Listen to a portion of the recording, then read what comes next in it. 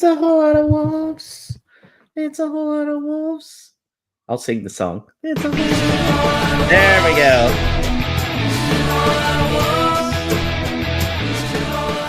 Welcome to episode 19 of season 5 of Whole Lot of Wolves. I'm Joshua Buckley with my co-host, Paula Page. I'm feeling the positive vibes, everybody. Yeah, he is not gone, unlike other people. Alex, producing in New York. Hello. Danny on the socials in Baltimore. I'm pouring some positive vibes. And guys, it happened. It finally happened. After a disastrous late 2-1 loss to Ipswich with the meltdowns galore, meltdowns with set pieces, meltdowns after the final whistle. GON, officially gone. Paul, had to happen, right? Like, there was no doubt after that match. No, Leah, no doubt. Like the worst possible outcome, for a crucial fixture. It, like, throughout that game, it just gave me the vibes of being a really bad cup game against a lower league team. Never mind a really important Premier League fixture. In just the way that we were going about it ourselves. Never mind them and all their talk of having 5 players that used to be in League One that have gone all the way up or whatever it is. It looked like they were on our team more than Ipswich's. So it just had everything that's been wrong about O'Neill's tenure was summarised in that 90 minutes, from conceding such a stupid first goal to the winner that everyone could have written the script for, to the scenes afterwards, to the subs, which I had little idea even what was going on the second half in terms of who was coming on and where they were supposed to be playing. If that was a microcosm of O'Neill's tenure, it was a perfect fit for it to be the last moments. I wanted to believe in Gary O'Neill. I did, even probably a month and a half ago. I was all for backing him, and I just... Insanity is doing the same thing over and over again and expecting different results, Danny. And again, I don't know what's going on with the set pieces, but to lose that match the way they did on just another set piece flub up, inexcusable. It's the kind of thing that makes you question reality, like question just the basics of the reality that we live in with this team, where it just seems like they're the most simple mistakes. And we've seen it happen, I don't know, 6, 7, 8 times this season, almost identical types of goals. And it's just like, I mean, at the very least, can we stop conceding that goal? It's so odd. I also have, I wouldn't say I've defended Gary O'Neill, but I've defended the choice to keep him, which maybe people think I'm splitting hairs there. But it's just like, it's the accumulation of these things that does it. And obviously it's easy for people now to feel like it was 2 months too late. Prior to that match, Jeff Shee penned another beautiful editorial for the Express and Star, Alex. How do you feel about Jeff Shee's positive ions and atoms? And I just want to say I've always loved Fosun. I'm a big Jeff Shee fan because he's clearly listening to this show. So Jeff, we love you, because Josh, you were satirically penning a Jeff Shee letter or writing Jeff Shee comments before this was released and stealing it from, I forget what show already. Three Body Problem. Three Body Problem. And then he comes out of left field with a science lesson that is even more abstract than Three Body Problem when it comes to how you relate it to football. So, he one-upped you, Josh, and he's clearly listening. It was I couldn't stop laughing because that was straight up. I mean, the type of ridiculousness we're going to love. And then he didn't even show up for the match. What are you going to do? So, 2-1 loss. However, while that was a bad loss and could end up relegating us in the end, there are ramifications that are going to come from this game due to some dust-ups, Paul. Matheus Cunha took off glasses, put his hands on the face of an Ipswich staff member. Aït-Nouri was getting into it with some people. He got a second yellow, so he's out this match. Cunha's been charged by the FA. He has till Thursday to respond. What are your thoughts on this? You're always a little behind the action whenever stuff like this happens. So who knows what prompted it kicking off, but doesn't it really piss you off that you wish they'd show that passion in the 90 minutes preceding it? Maybe we wouldn't end up scuffling with like these players and squad members after the fact, after a really embarrassing loss against a team that you should comfortably be beating. So again, out the two of them, I don't know what contributed to certainly Cunha's actions, why he was involved and reaching out to grab someone's glasses or making an attempt for their face. Who knows? Hopefully it's revealed in some detail in his appeal, and maybe that warrants it, justifies it. Who knows if something was said or whatever. But the one that really got me was Aït-Nouri, because it was going on throughout the game pretty much. There was some niggle there, but again, it's like he's the type of player that I wish I'd have seen that passion more on the pitch for the 90 minutes. So we should have seen that aggression of going after the ball and tracking and actually doing his job, rather than a big show at the end and being carried away. So does it talk to more of a wider discipline problem that hopefully if there is one, the incoming manager quickly recognizes and corrects? Because there's a certain profile of player, and not singling him out, Aït-Nouri could be the one that, if it does come down to some type of questioning around his discipline or his specific output on the pitch in terms of effort, everyone was kind of up in arms when Lopetegui was effectively bombing him out and thinking he'd be on his way. Now, is that going to be similar with the new guy coming in and seeing that Aït-Nouri could be an issue? So I think it's going to have a few players based on what we know of status and how he approaches teams and putting it together. A few could be in for a bit of a wake-up call, I think.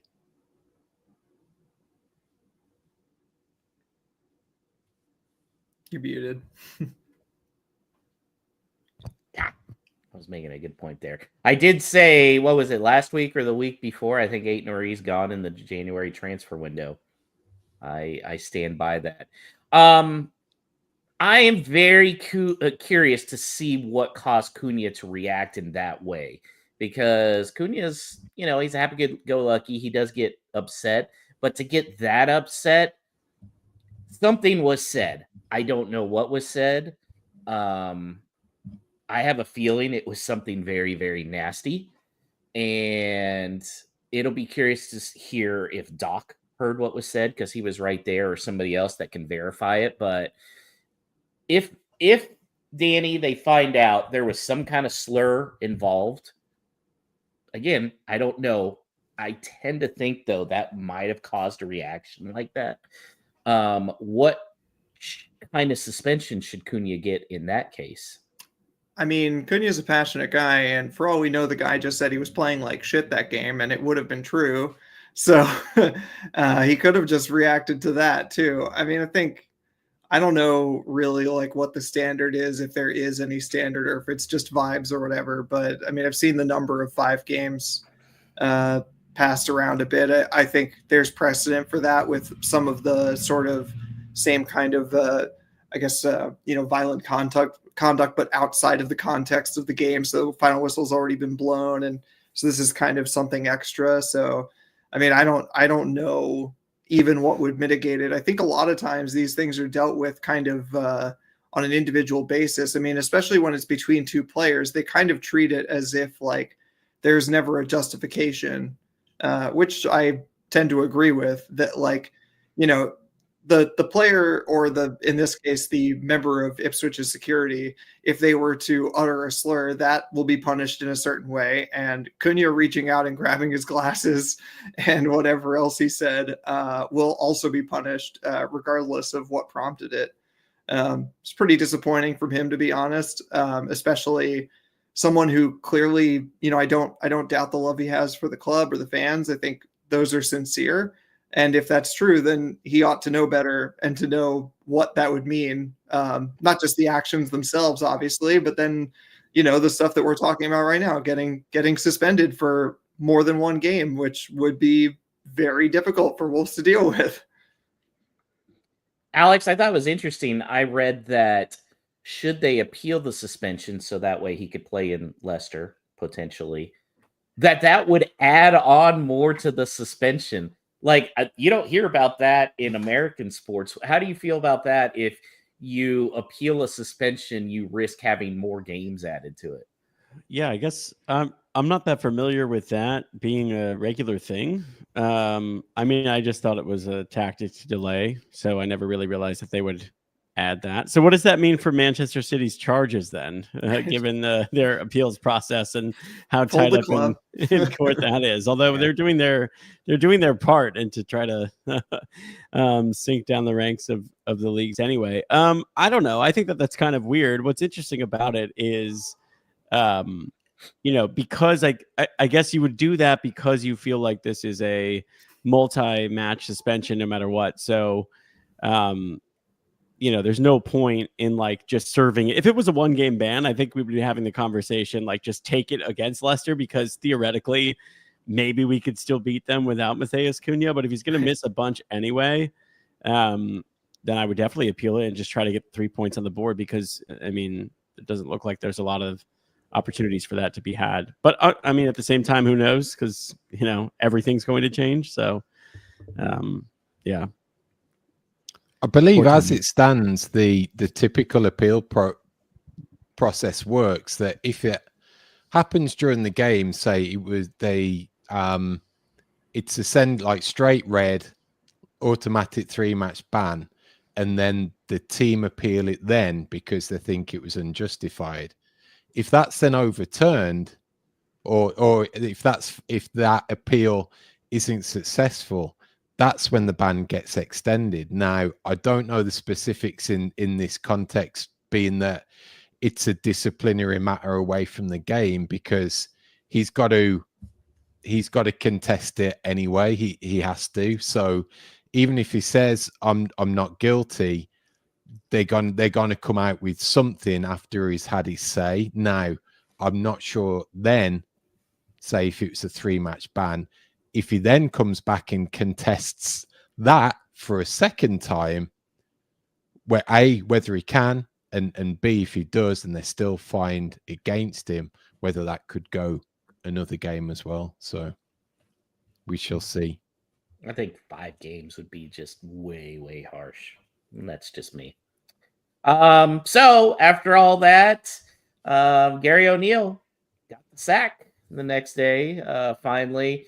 Paul, it seemed like he was throwing some people under the bus on his way out, though. Yeah, I think that's the just again, like it was a whole microcosm of everything that's been going on, and I think at that point he probably knew the writing was on the wall. It couldn't get any worse than it already had, so he could go out fairly all guns blazing.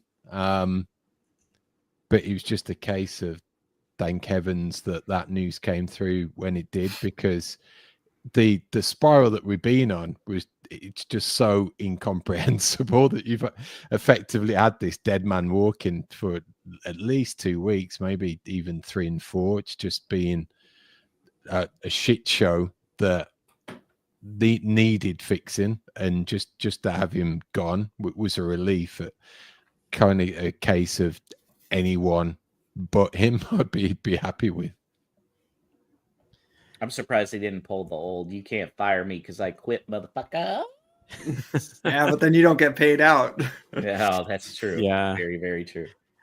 I thought it was weird that, I guess maybe I'm being short-sighted here or having a short memory and some, Wolves colored glasses on, but how many managers have said that that's the group at its maximum and literally just admitted, like in a post-game press conference on pretty much every media outlet is going to clip that up in some form, that I just have no answers. Like, I know he knew he was already done, but that is either the biggest indictment on this group of players, but also like an indictment on yourself. And just that, like, if you believe that is this group of players who we all believe is to be pretty talented at its maximum, then like, how on earth have you lost to Ipswich 2-1?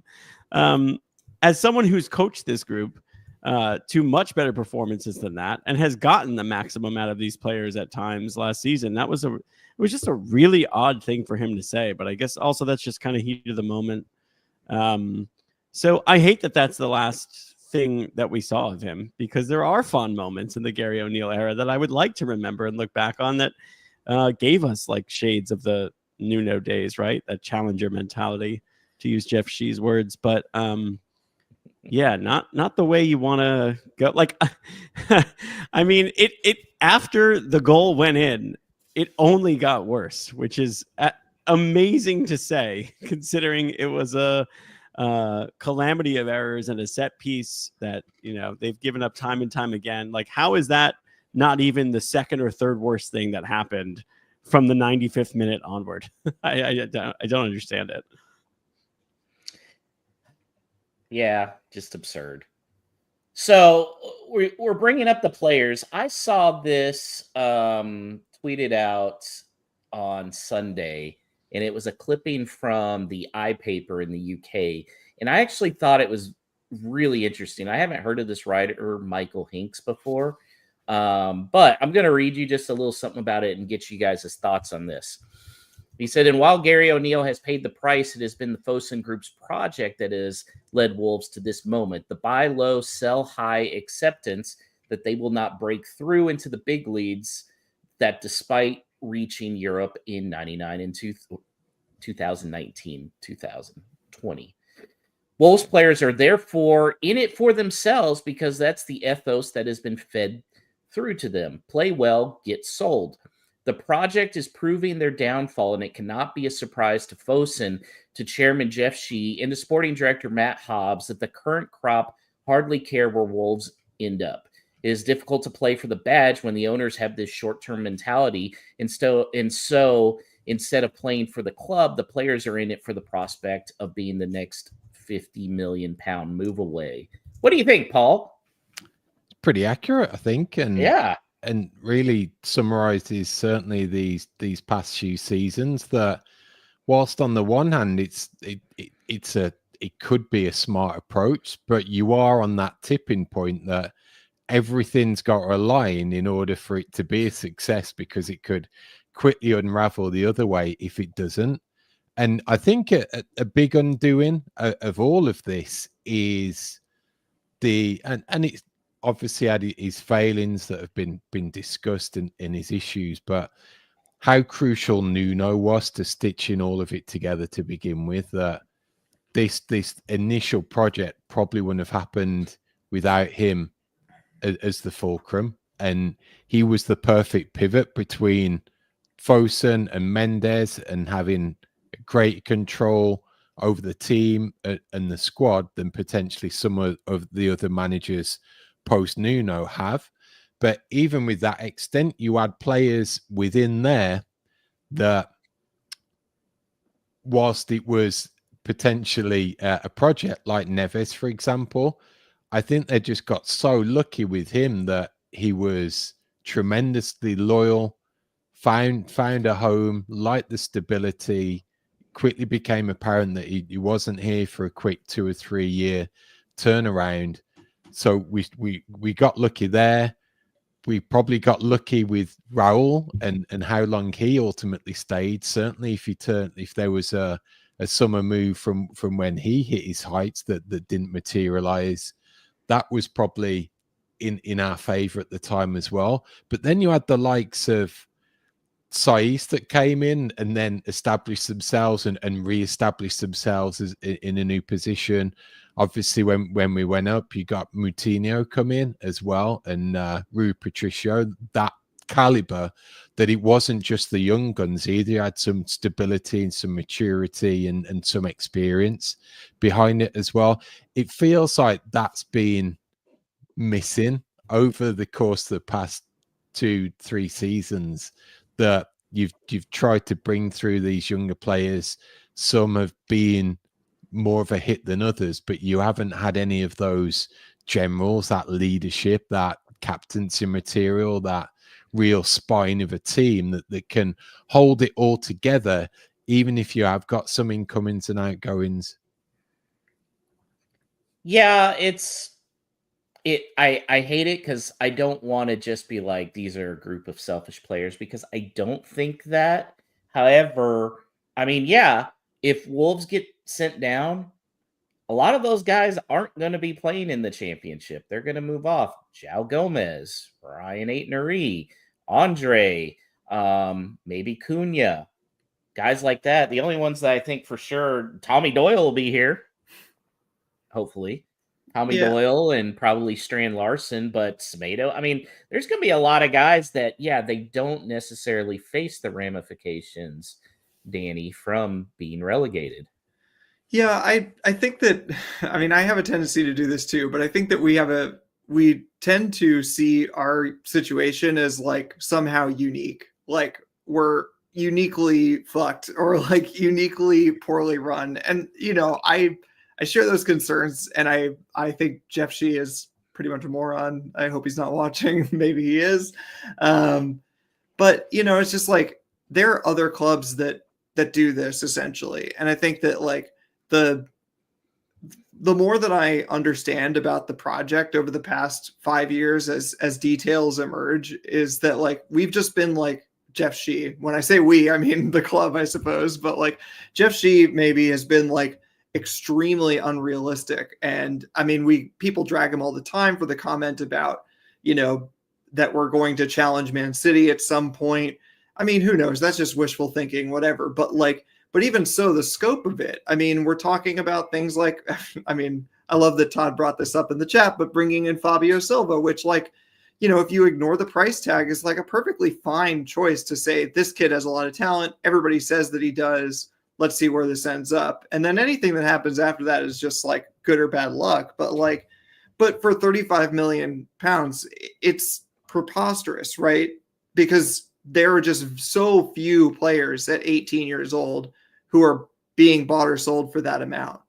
And so I just think that like a lot of times it's really just the scope of these things that's like, what are we doing here? Like, it's one thing to say that our club is a stepping stone. I think that that's, you know, reasonable given our position in the Premier League, that like players are going to want to come in and go move on to better things eventually. That's fine, but it can't be the reputation that we have, that you play here for a couple of years and then you get a move to Chelsea or Man City, like our last two big sales, you know, because like that's unrealistic for any team. Like even teams that we think of as like fairly well run, you know, the players on Brighton are great and they're playing, you know, in a way that's better than the sum of their parts, but it's not like 8 of the starting 11 are going to end up, you know, playing in the top 4 teams. Like that just doesn't happen. So like, and we're not even set up to do that. So like, it's more just a matter of scope.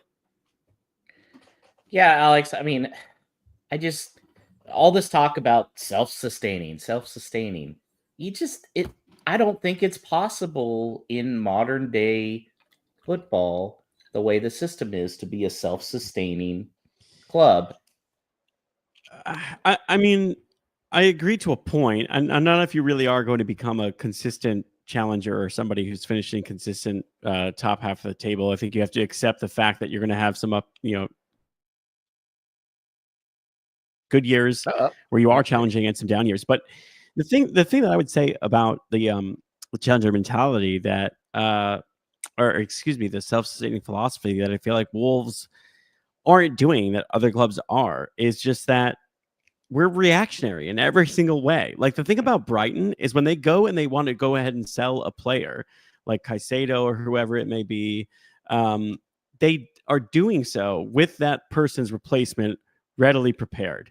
And that is not something that Wolves are doing at all, right? So like we are essentially, we feel like, okay, we're going to sell Pedro Neto. We're going to sell, I don't know, I guess you could use Max Kilman as an example because he costs almost nothing, whoever it may be.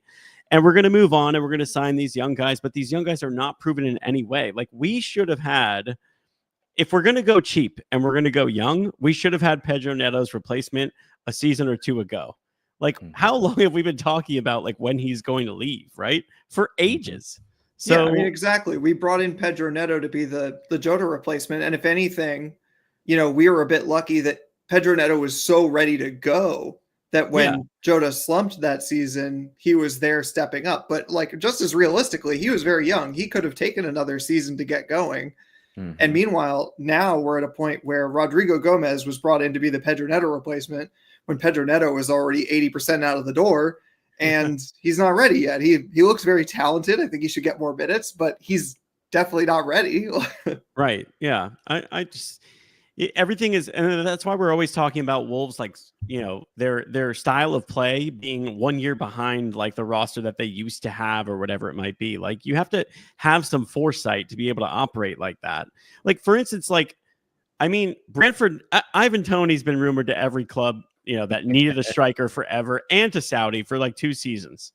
And Brentford are scoring more now that they've sold Toney because they knew they were going to get goals from Mbeumo and they knew they were going to get goals from Wissa. They didn't say, oh, crap, we need a striker. Let's sign a 21-year-old kid from a lower league and hope that when we throw him in the starting 11 away at Arsenal in the first week of the season for his first Premier League game, that it's going to work out. Like you have to stock the cupboard before the cupboard is bare in order for this philosophy to work. So that's the frustrating part because otherwise, like, I'm down to be that club. Like anyone in their right mind in Wolves' position or the size of us would want to be a Brighton or want to be Brentford.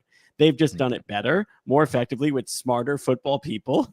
And we've done it with a guy who knows nothing about the sport, but knows a lot about atoms and Netflix shows running the show. Like that's the difference. Yeah. And one last little thing is that I think one of the big reasons that there's so much hate coming around to Jeff Shee right now. Not that there wasn't any before. There's been plenty before. But it's just that, like, I think anybody can see that the idea of the self-sustainable thing, one, is not just like a closed system. Like, you never put money in again because it's now this, like, perpetual motion machine that keeps going.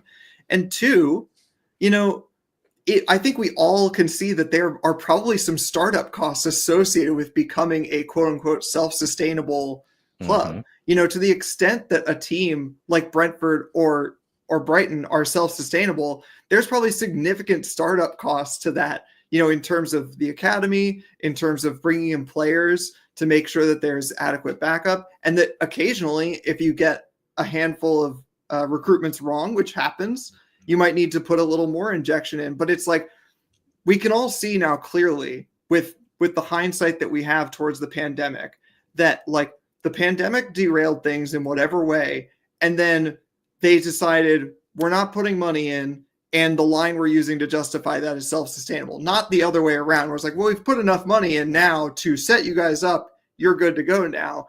It was done the opposite way, and it quite clearly has not worked. Yeah, I mean, it just... I don't understand how Fosun can be such a huge company and run honestly, what's a big asset of theirs so poorly, because they're doing the same thing again. Well, we're going to get cheap during the summer, and now we're going to panic buy in January when, number one, you've already lost a bunch of money that you could have made by finishing higher in the season in the EPL. Plus, the prices are higher in January. Like, it's the same old thing. It's getting frustrating. I don't know. Well, Paul, all that to say, we, I guess, have a new manager. We don't know if it's finalized. It might be finalized. It might not. But Vitor Pereira, what do you think, Paul? Interesting. I think that was the first moment of O'Neill sacking was like, they wouldn't have done this if they didn't have someone lined up. And after that, it was the case of just waiting quickly to see who it may be. And it's kind of interesting that he was never a name that was bandied around at all. Now, you'd have thought someone had put joined the dots a little with his Mendes connection and his his availability. Not that obviously he was in work, but the sound bites coming out saying Fosun would be willing to invest to bring someone out of a contract. I'm surprised he wasn't thought of as a possible contender a little, but on the whole, again, I'm still a little along the lines of I don't care who it is, really. I'm just glad he's gone. He could have our support. I hate myself for saying this, but I'm glad he's gone. And to that extent, I wouldn't have even minded Steve Cooper just to have anyone. But you shut your goddamn mouth. Just anyone, because but he O'Neill. sure can't. So I think this is the genuine. At least it's someone that no one can be fully on board or fully totally against just because we simply don't know. Have I got the confidence that I had when Lopetegui came in, thinking, he's going to turn this around, nice long winter break with the World Cup, get some signings in theory, good manager in place, turn it all around, won't have a problem.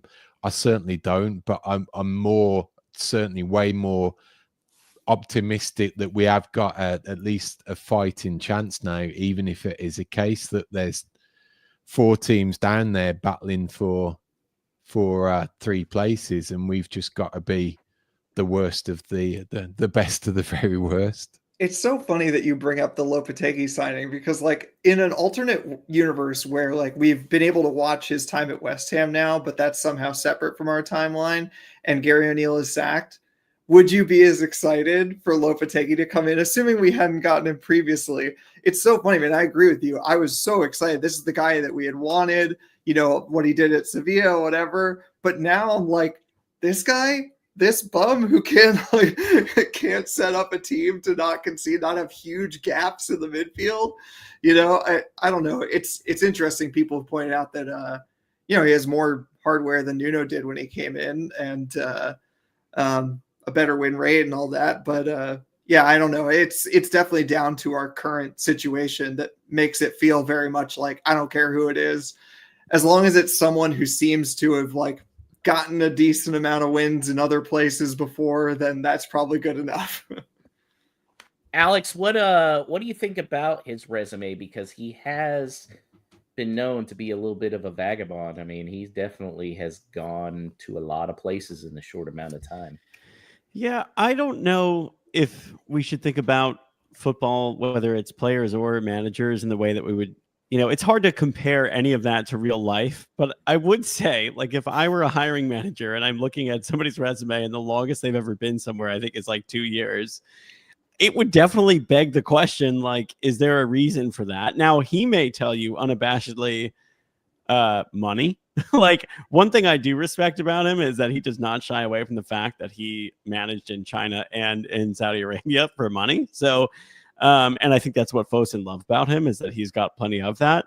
But I don't know, there does seem to be an element of his personality where it wouldn't be a leap for us to imagine how he could wear on people. And that's only from what we see in the public eye. So again, we may have no clue. Players may love him behind closed doors. I've read lots of stories. I don't know, but he seems like someone who can grate on people, but that doesn't mean he's not good. Thomas Tuchel, never leaves a place without people hating him. He also won a Champions League with Chelsea. It took PSG to the final when nobody, they're not a serious club, and he still got them there. That was pre-Messi days, and is probably going to do some damage with England before everyone ends up hating him and he gets fired and goes down in a blaze. So maybe Pereira could be the Portuguese version of that and just give us a few really good moments in his 18 months here. But who knows? It could generally be all of that and a massive opportunity that he could, like the touch paper, his style could be the perfect fit for the EPL. Like just no one knows. Yeah. I'm thinking back now. I'm looking at his. It's different because it's longer, but I put his resume of clubs that he's been at next to someone like Areola at Bournemouth.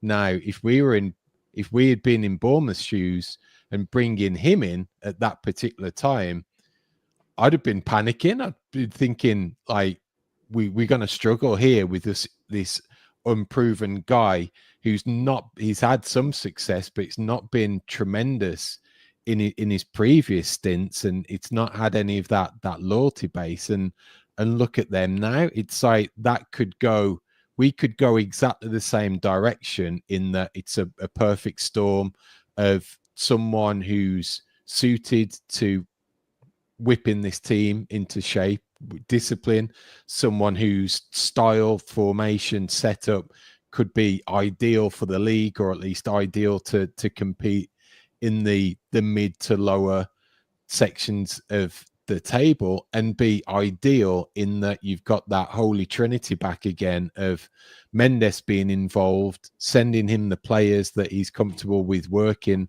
with.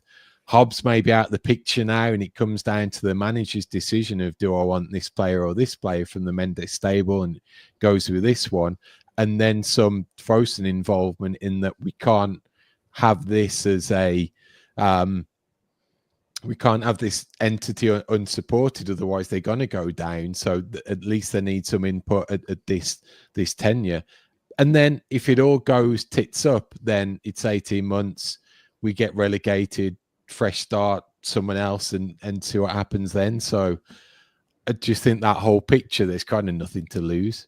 To your point too, Paul, I think it's a good one. Like, you had me thinking about it. It's almost like the best case scenario is he's like a managerial version of Matheus Cunha. It makes no sense that Cunha is so suited to the Premier League. He wasn't good in Spain. He failed at Atletico Madrid. Like, he was pretty good in the Bundesliga, but not even as good as he is right now. So sometimes, like, shit just works when it doesn't really make sense that it would. And he's probably so desperate to succeed in this league, just like Pereira is so desperate to manage in this league. Like, maybe it will work. Who knows? That's my optimistic portion of the show. We know the guy is ruthless. The story going around, I'll try to be brief about it, is that he was at Corinthians in Brazil and did a pretty good job, got them up to 4th, and then said, I really can't continue. My I think it was his mother was poorly, so he went back to Portugal. And then just a few weeks later got appointed at Flamengo, which is essentially the Manchester United of Brazil. And so, and he said that he made all that money, and so he doesn't really have to take money into account when he makes a move, which is great. But he's been desperate to go to the Premier League. Apparently, he's been on the short list, not only for us, but for Everton in the past. So I think that, like, he will move on given a chance. But I will say that my optimism, this is maybe a little bit tangential to the whole thing, is that, like, I hope that this gives them the kick up the ass to actually have a short list for who comes next, because maybe things will change. Maybe he'll fall in love with the city like Nuno, maybe all these things will be great. But the way I see it being is that, like, we're always going to wonder if he's out the door, whether it's because we're doing poor or he's at a bust up or because he wants to move on. And so, like, we had better have whoever's next lined up. And that's a tall order. I mean, I have trouble believing it given the way we've been managed recently. But maybe having a manager who you kind of start out knowing is short term, instead of this sort of like starry-eyed thing of like, this is the next Nuno, he's going to be here for 5 or 6 years and it's all going to be beautiful. It's like, that's not common in football, regardless of how good you're doing. Danny, when I heard George Mendes was involved in this, all I could think of was Thanos sitting there. Yeah. You could not live with your own failure. So where did that lead you? Back to me. Yeah. How are we? Is this going to work a second time, or are we screwing ourselves over again? I mean, in bed with this dude. I've always suspected that the whole story has never really been known about like how we rely on Mendes or don't rely on him. When we said that like, oh, we moved away from him, I really don't think that was the case. I think that like, especially someone like Jeff Shee doesn't really close the door on someone like George Mendes. But you know, we may have said, oh, well, our scouting department's really pulling off some good things, so we're gonna lean towards them, and now we're leaning the other way. But I think that there is reason to believe that you know Hobbs' position might be changed, or he might want to move somewhere himself if he feels that he's not being used to his full ability, whether people think that that's good or not. But yeah, I don't know. I just, again, it's sort of this long-term versus short-term thing. I just hope that we're not going back to looking at players like Matheus Nunes, and I'm not even talking about the guy's personality, but just like the amounts of money we're spending on him, or Guedes or Fabio Silva, where it's just like there's such big, risky choices for a club in Wolves' position and a club of Wolves' current financial predicament, whether that's of our own making or something external. One last thing about the George Mendes signings. This is worth pointing out that Vitor Pereira, if he indeed comes in, will have worked with 4 former Wolves players previously that I know of.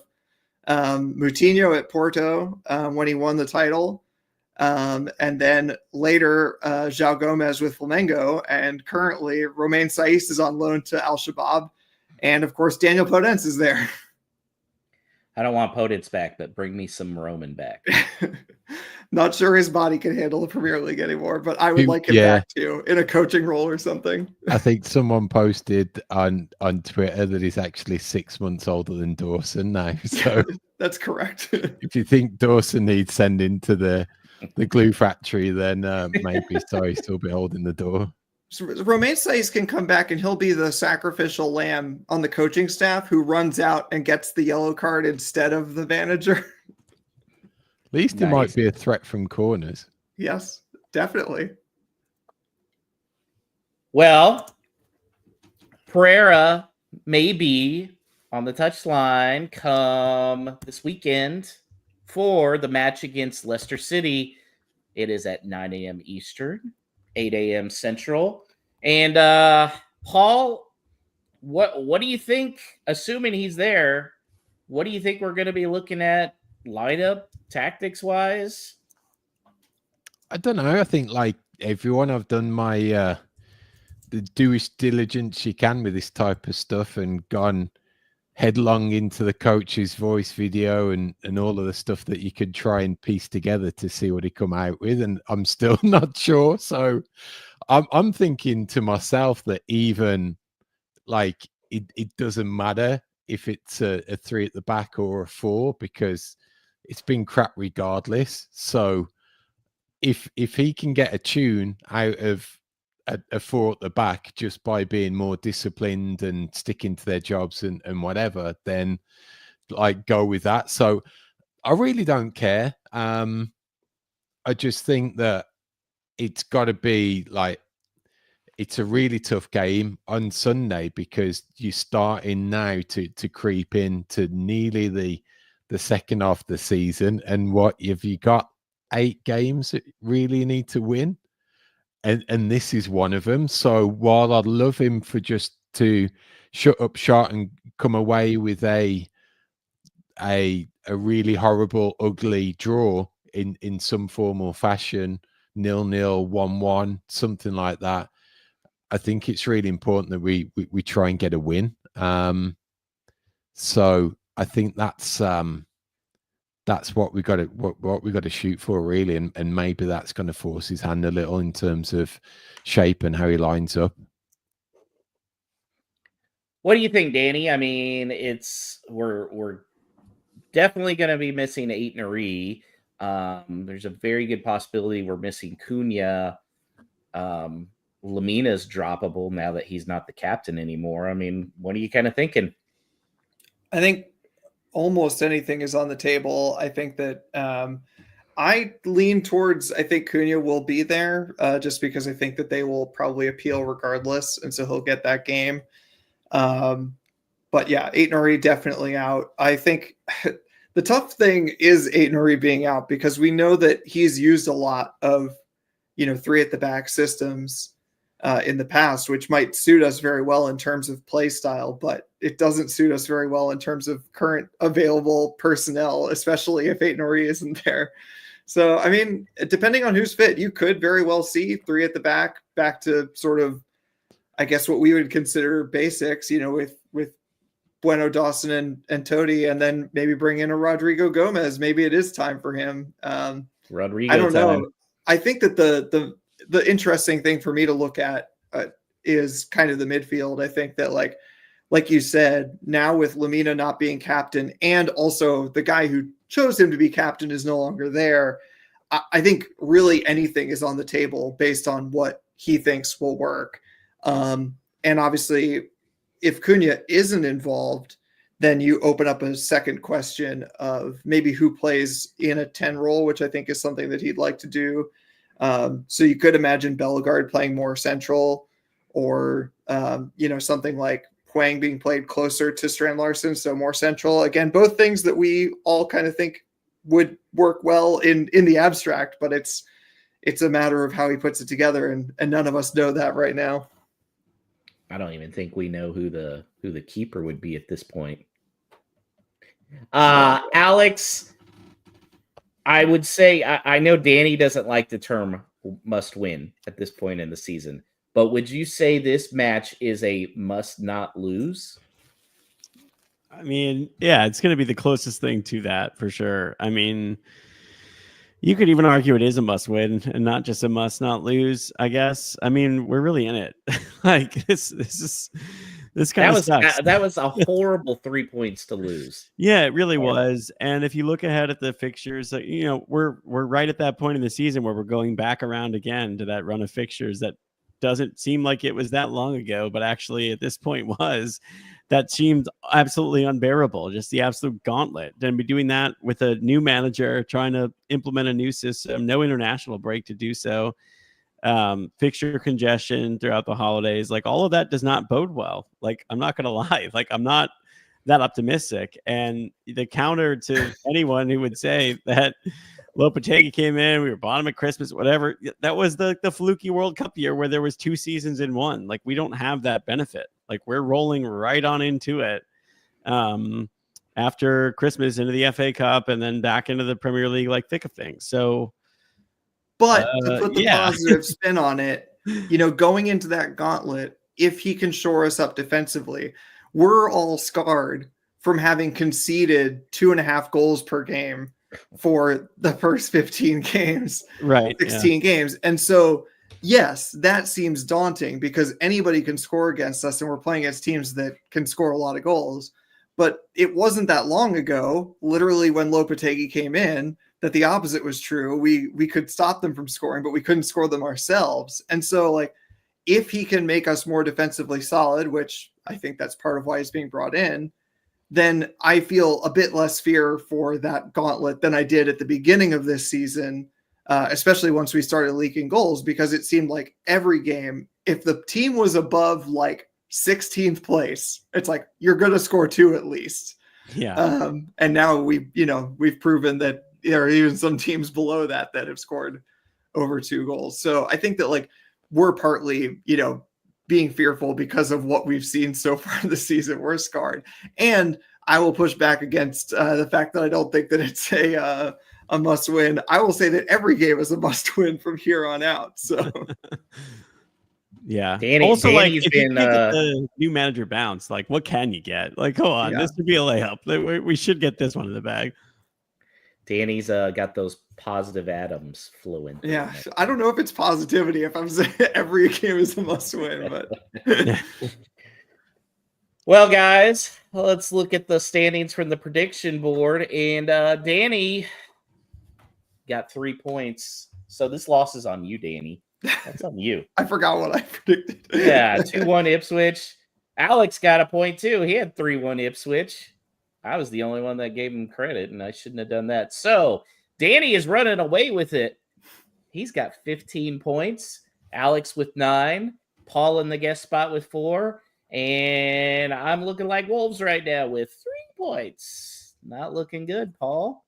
So, Danny, you as the leader, start us off. I don't know. I'm going to continue feeling optimistic about this guy. I don't know. He seems like a crazy bastard, but he won't have enough time with the players to like severely piss any of them off yet. I hope. So I'm going to say that we win 2-1 this time. A reverse of our Ipswich score. Wow. Alex? Yeah. I am also feeling optimistic. For this match, maybe not everything going forward. I don't know. I just think like when in these situations, like they're going to have a disjointed week of training that nobody knows anything. Sometimes like the opposite of what you would expect is what will happen. So I'm going to go 1-0 Wolves, and like somehow we're like really solid defensively and we get a goal because Cunha plays and we go from there. Okay. Paul? I'm riding that wave. New manager bounce. Suck up the pressure defensively. We score first. Batten down the hatches. It's ugly, but then we hit him on the counter as well for a 2-0 away victory. 2-0 victory. Wow. Clean sheet. I don't trust you guys at all, man. Todd said 1-1 in the chat here. I was kind of thinking that as well. And it'll be one of those heartbreaking, we score early and then we're holding. And then Vardy like scores on some stupid ass blunder by Toady in the box. And it bounces off of 5 guys and right by Saw. So I'm going to say 1-1 draw. All right. Well, the one thing I guess we can't say for sure, but we expect, and maybe by the time you listen to this, it will be official, that we can count on Vitor Pereira being on the touchline. So here's what I'm proposing, mostly because our holiday shipments of Esfuerzo wines have come in. I'm proposing, cheers, Josh, and we've seen Danny slugging this, the 1-pack wines, wine boys. Here we go. I'm pouring myself a little bit more. And I'm proposing that we raise a glass and have a toast of vino for Vitor, because it's a new beginning and because at this point it cannot get any worse. Let's go ahead and cheers and shout out our friends at Esfuerzo Wines for bringing the positivity in a glass. I'm drinking the 1-pack red blend, the 2022. As Josh is. All right, cool. Danny, did you go red or white? What did you decide? I went white. I've got the Sauvignon Blanc. All right. And what's awesome about these, I know Paul got a shipment to Houston as well, is it is a special Wolves wine. It even shouts out the podcast on the back of the label, which is really awesome. Proud supporter of the Whole Lot of Wolves podcast. So thank you to our friends at Esfuerzo Wines. And with that, Vitor, to new beginnings, to hopefully not seeing any more shit professional players like you saw in Saudi Arabia that caused you to absolutely lose your mind. Although you haven't seen Wolves yet. So good luck, buddy. And cheers. And you know what? If he gets a win this weekend, I may have an idea for a regular segment. We shall see. I like the sound of that. All right, let's get to some of these questions. No Stupid Questions is presented by Esfuerzo Wines. Located just north of Santa Barbara, California, Esfuerzo Wines showcases passion and 3 generations of winemaking in every bottle. So whether you're celebrating a Wolves victory or winding down after a day at work, let Esfuerzo Wines transport you to the heart of California's wine country with every sip. For a limited time, head to esfuerzowines.com and use the promo code WOLVES for a 15% discount on your wine purchases. This message is intended for those of legal drinking age. Do not drink and drive. Excessive alcohol consumption may be harmful to your health. If you or someone you know is struggling with alcohol abuse, please seek help. Esfuerzo Wines reminds you to enjoy their products responsibly and in moderation. All right, as you heard there, Esfuerzo Wines, Wolves at checkout, esfuerzawines.com. Use Wolves at checkout, get a discount on your order. Get yourself a bit of this 1-pack wine. I see Dallas Wolves in the chat. Shout out the Sauvignon Blanc Esfuerzo was really tasty. I have to say, this red blend also very tasty. Go ahead and do it. Your friends will thank you. I've got a couple bottles to bring around to my Wolves watching friends here in New York as a nice little gift. It'll be a nice little surprise. You could do that for your fellow Wolf Pack as well. All right. So questions come to us via X at WLWpod or emailed hello@wholelotofwolves.com. And let's start with Matt Koalas of Esfuerzo, a good friend of ours, sent lovely notes after ordering. And he starts out, I think this is kind of some optimism too, because I think there is a expectation that Wolves or Fosun will open up the wall a little bit in January. So Matthew asks, who would be your ideal and realistic winter transfer window signings? Paul, anyone, give me a name, give me something to be excited about.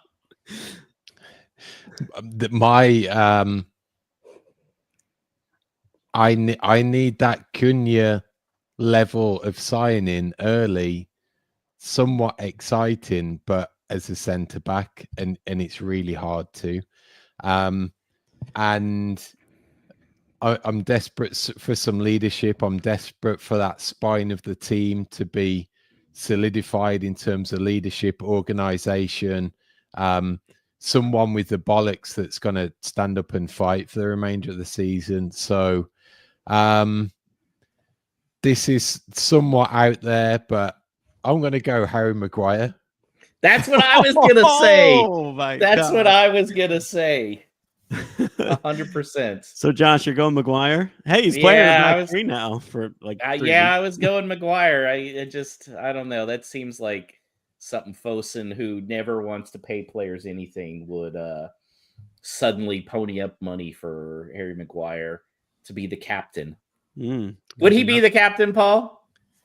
I doubt it. I think that he's going to he's going to want some consistent, and this is like where it gets crazy. Like again, when it comes to this formation or what he's really keen on, he's got some knowledge of certainly some of our players already, and like there's talk of his midfield too being more of a 6 and an 8, and all of a sudden that brings Tommy Doyle into it again. And what a statement would that be for us to have been talking about it all that time, for him to come in and make Tommy fucking Doyle captain. So just do it, Vitor.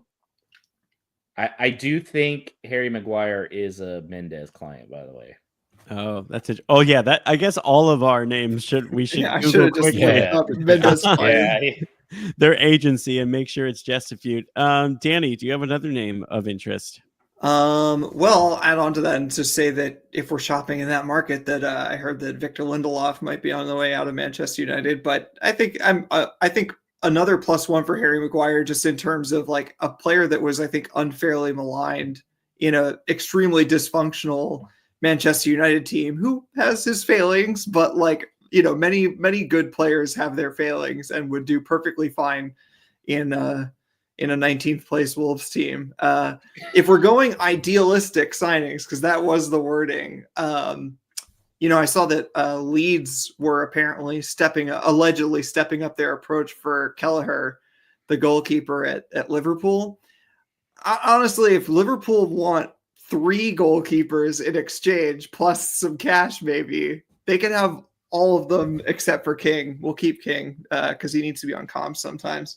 And I would take Kelleher in a heartbeat. I think that I really hope we don't have, I don't know what the resolution is for the goalkeeper situation, but it would be an idealistic dream in the keeping with this question to solve that problem in January, because it is just such an unnecessary problem. Realistically, it seems like the way we solve that is that Saul leaves in January and Johnson is just our goalkeeper, but I'd rather get rid of both of them, get Kelleher. So that's my idealistic that's January signing. Yeah. That's a good one.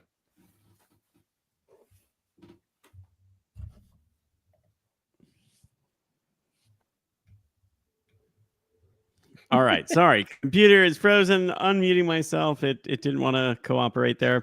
That is a good one. He would be great. Well, I've Googled a couple of people that we've talked about and not found Jesafute ones. I did see Chelsea looking to get rid of Axel Disasi, which could be a loan move. He's a center back, I guess. That'd be a decent one. Degree of Premier League experience. Not sure he would fix things necessarily for Wolves. This is like maybe not. It's not unrealistic, but you made me think of it, Danny, when you're talking about Kelleher and player swaps and a player who's just never going to play over Allison. If Josh's thing were to come true, that Ait-Nouri would be on his way out in January, we'd be in need of a left back. I'd like one who could defend and who could play in a back four. And as a super, super biased Greek American who's a big fan of the Greek national team, I hate that Tsimikas is probably one of the best, like 3 or 4 left backs in the Premier League and never fucking plays over Andy Robertson. Get him out of there. Although he like absolutely adores being in Liverpool. Like he's like the most Scouse, non-Scouse person there is apparently, but I'd take him. Sure up. He's just got back from Wolverhampton's injury, not that though. far of a drive from Liverpool. He's coming. Hey, maybe the market's softer for him because he's got some injury problems. Who doesn't at this point? Everybody's gassed. How much damn football they have to play? Nah, that's a stupid one. There'll never be like a fun Greek on Wolves because there's not that many good ones anyway. All right, let's move on. Chris Fisher on X, frequent guest of the show, of course, Florida Wolves. If Vitor means Victor, then who do you expect Pereira to be more like? Victor Frankenstein, it's alive, as in he puts shock into the squad and brings it to life, or Victor Von Doom, a.k.a. Dr. Doom, possessing a strong knowledge of the dark arts and taking us down? Ooh, those aren't the things we want to hear. All right, Frankenstein or Dr. Doom, Paul? I want a little bit of both. I want like the alive portion, but then I want a bit of dark arts. I want a bit of like fight and skullduggery and really like, playing for the shirt and battling and a little bit of needle. I want to be that team that gets away with jostling the goalkeeper from an offside position and scoring and using those types of dark arts. So I want to have some fusion of the both of those. Yeah. By the way, like the answer is Victor Oladipo because got promised we're looking good. Then there's going to be injuries again and things go bad. But the good news is he can sing, so he would be a part of Wolves records. I hadn't even thought of Wolves records in a while, actually. Oh my God. Yeah, not a lot of people are. If we get relegated, that label's not going to be getting the publicity. Danny, you want to pick one, or do you have another Victor to nominate? There's not tons of Victors out there, even in the fictional world. No, I mean I'm sort of imagining more of a Victor Frankenstein scenario, more just in terms of shocking them into gear. I think it'll be sort of it might be a bit short-termism, but hopefully he can put the fear of God in them a little bit and get them to fight at least for the rest of the season. Then we deal with the fallout in the summer. Yeah. Heard. I agree with that. Steve Young asks us on X if Amad Diallo is to Amorim, of course, referring to the man who scored the winning goal for Manchester United in the Manchester Derby and Ruben Amorim, then blank is to Pereira. So let's start with you again, Paul. Who is the player that will have his career reinvigorated or kickstarted at Wolves under a new manager? Maybe we don't see him coming at all. One word, no justification. This is just the argument, and I'm saying it. Bellegarde. Oh, Yeah. I thought you were going to hyphenate. I thought you were going to hyphenate one word as Tommy fucking Doyle. Yeah. I'm stunned. I thought, boy, if I had put odds on that, it would have been minus 650 Tommy fucking Doyle. Yeah, I know that was a disappointingly realistic and subdued answer to it. A really good answer. Yeah. Yeah, I don't know. I did immediately. I agree with Paul for what it's worth. I think Bellegarde could come in and really help out, being played in an actual natural role instead of out wide.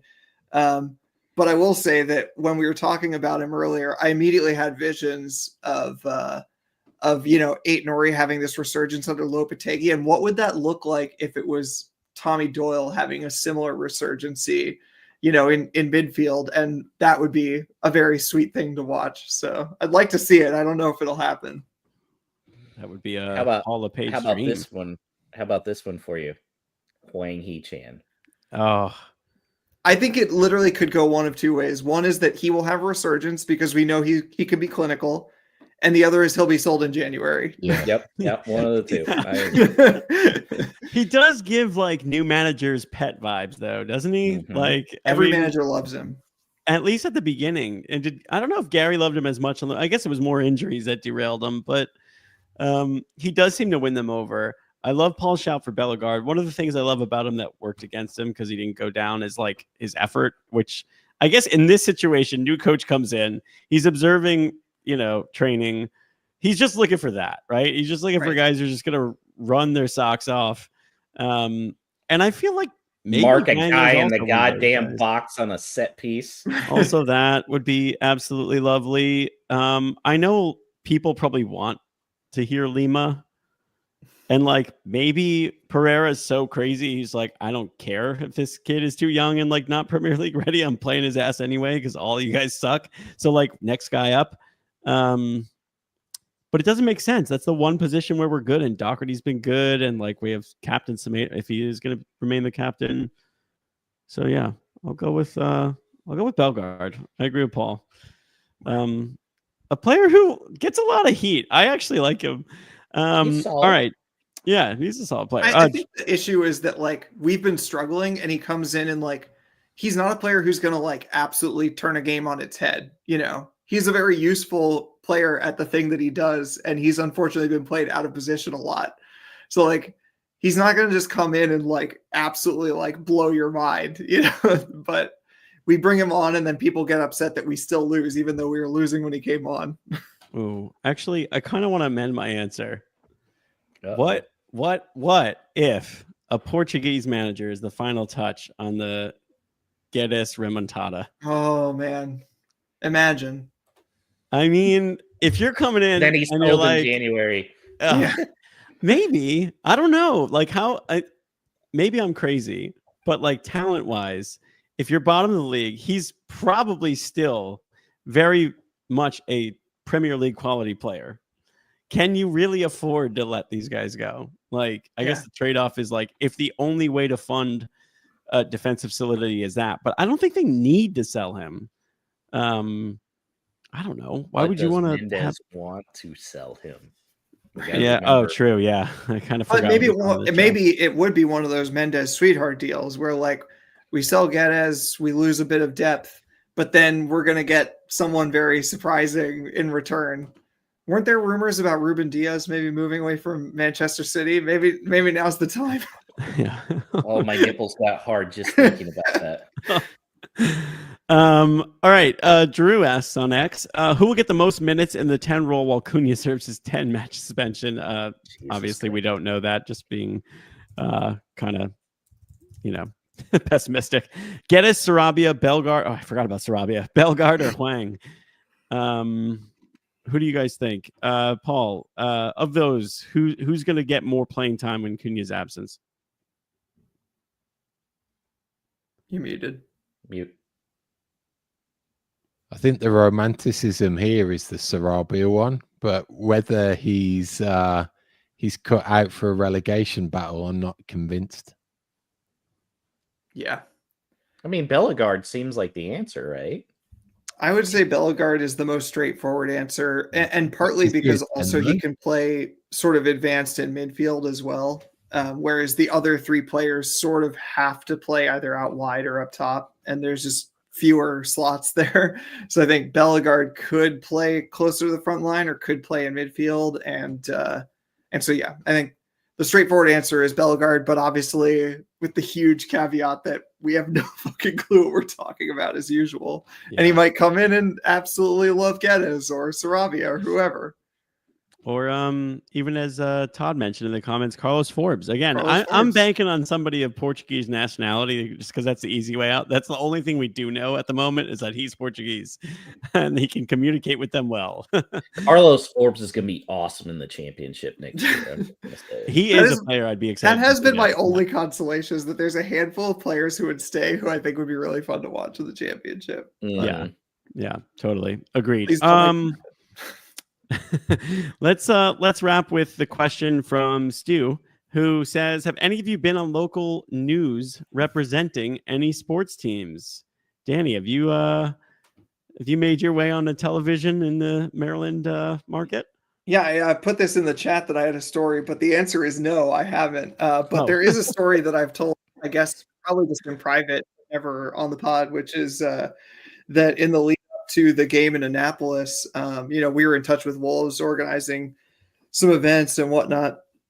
And one of the things that I sort of got put in touch with was a local media company they were working with saying, oh, would you like to do some local TV stuff? And, can you provide a fan who's local or whatever? And so they connected me with them, and I said, yeah, whenever you want. And like the TV station, the local Baltimore TV station is like right around the corner for me. And I was all ready to do it. And I think that they had in their mind a vision of someone who would like walk in with like face paint or something and be like decked out in colors, just like fully dripping. And it's like, look, I don't wear the stuff I have, but like also like I think you're expecting a level of like insanity that is not me. But the thing that actually derailed it, because I talked to the guy from the media company, and he sort of interviewed me and just wanted a bit of my story so he could tell the local TV people.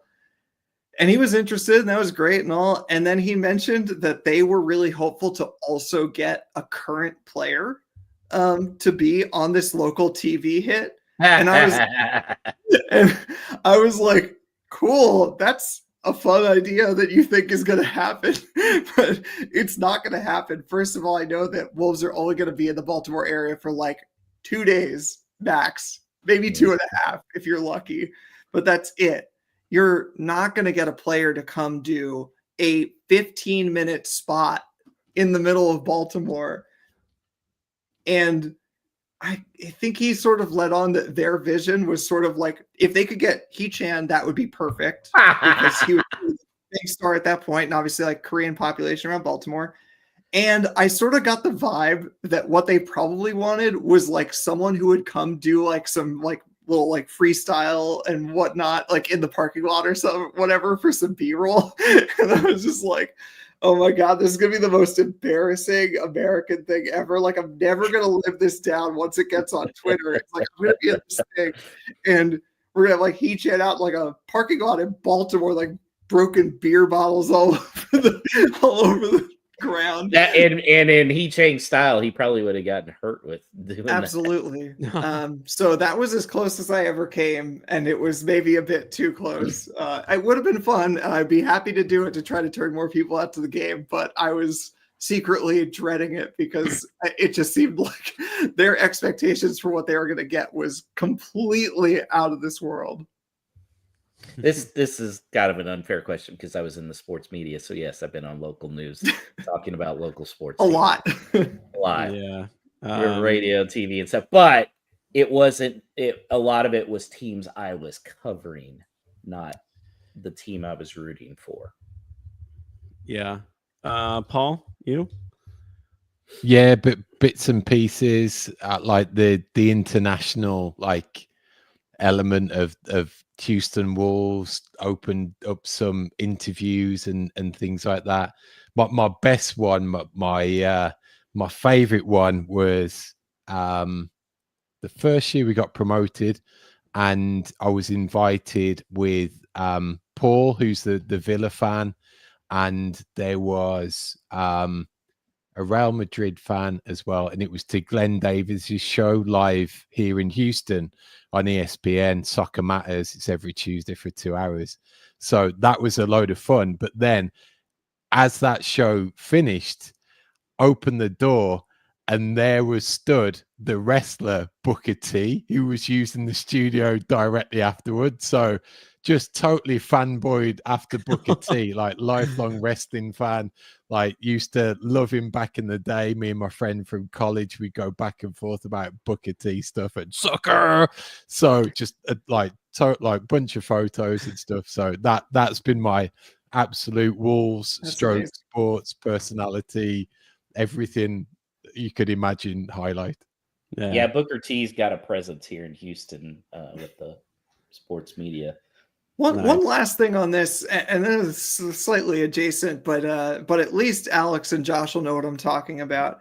You know, there's a kind of big list of like Premier League fans in the US that like somebody in the UK wants us to help out with stuff that's actually affiliated with the Premier League, and they want us to come on this like fan zone thing.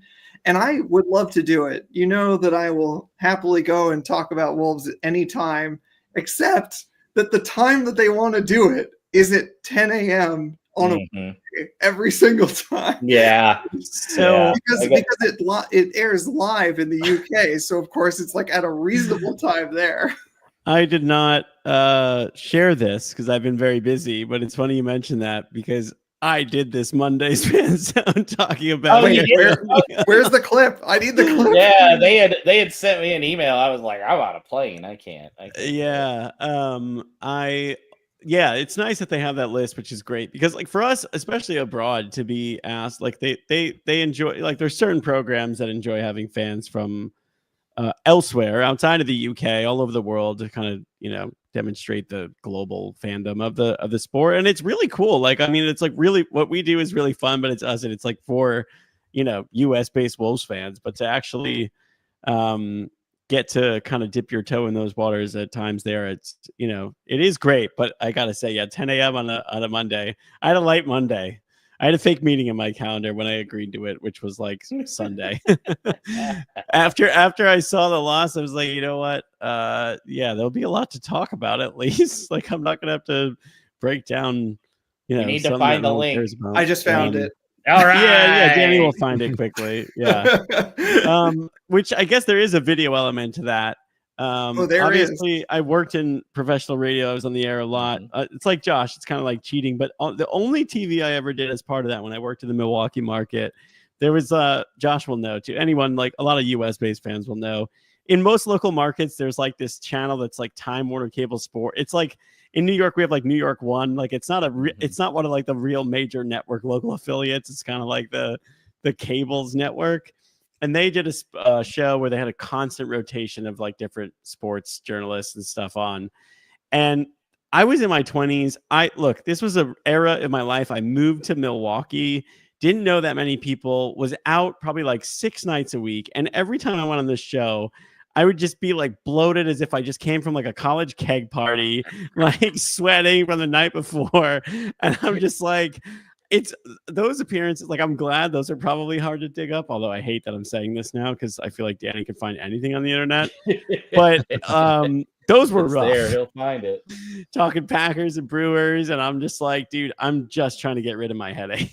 Like, please. Dang, Danny already sent us the link too in our chat. Oh, nice. Yeah. But thanks for that question. It's nice to have a slight diversion from Wolves sometimes too.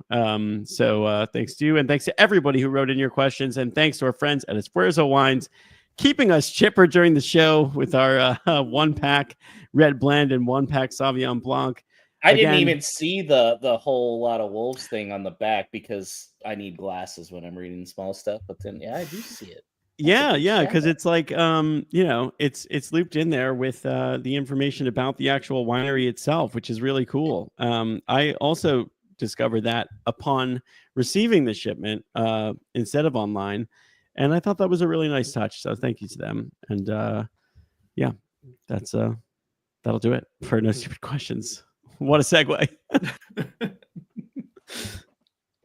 And it will do it for this week's show. Thanks to Alex producing, Danny on the socials, you, the listener, or now the watcher, because without you, the show wouldn't be a thing. So if you've yet to check out our YouTube channel, please head on over, like the content, subscribe. That does wonders for our exposure. And any reviews that you can do on your podcast listening platform of choice, those would be much appreciated also. So mark your diaries, ladies and gentlemen. We're heading into this busy festive period. So it will be 4 p.m. Eastern this Monday, which is December 23rd, when we will be back live on the stream, and then the podcast shortly to follow. It will be a review of the Leicester game on Sunday, and then previewing those immediate festive fixtures, which are at home to Manchester United on Boxing Day,